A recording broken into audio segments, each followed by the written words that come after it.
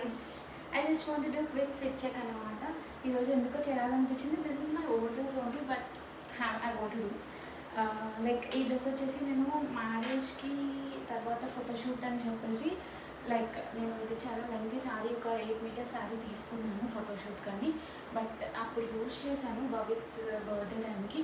నాకు ఇప్పుడు అది గుర్తుగా డ్రెస్ కుట్టించుకోవాలని అనిపించింది. So I just make this anarkali కుట్టించిన దానిపైన ఈ డిజైన్ లైక్ మగ్గం వర్క్ లాగా చేయించాను యోగ్ పార్ట్.